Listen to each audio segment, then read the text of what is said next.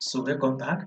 Let's take a look at what we will be expecting for the day on our US dollar Swiss franc.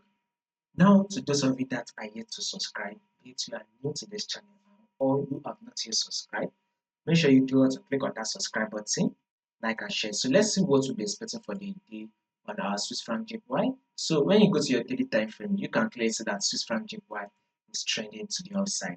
This is very much a market trending to the upside, right? And because of what is currently happening, we should expect some another drop. So it will look so another drop. So it will look something like this, the low and the lower high.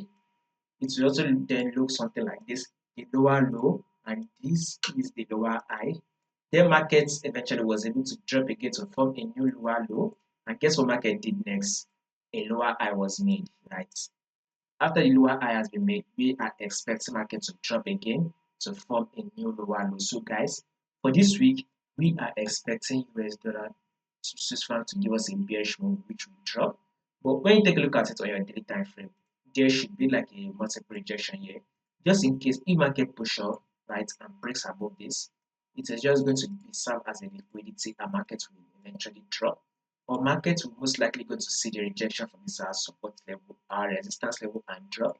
Above all, a bearish move is what we should be expecting on our Swiss franc, US dollar to Swiss franc.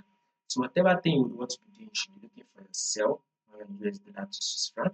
If there will be any changes to this movement that we just did, I'll make sure I let you guys know. The link to the Telegram will be in the comment section, so follow the Telegram channel to stay updated.